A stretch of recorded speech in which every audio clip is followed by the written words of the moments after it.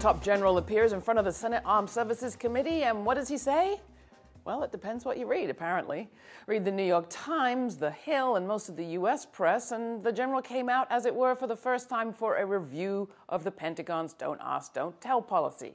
Significant? Noteworthy? Absolutely. But just as noteworthy, not to say newsworthy, were the comments that same general made about U.S.-Israel relations, comments which didn't make it into those papers.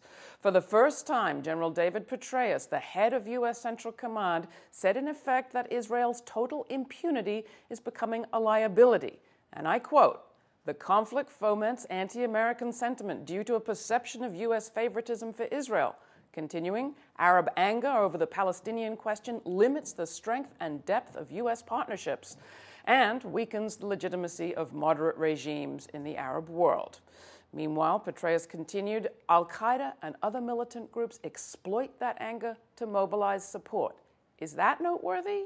I'd say so, especially given the timing, right in the middle of a U.S.-Israel spat. Is it a wake-up call? Well, only if you got a chance to hear it. The New York Times account of the general's appearance led with what Petraeus had to say about Iran. No nuclear weapon this year. And what he didn't say, namely whether Don't Ask, Don't Tell should actually be repealed.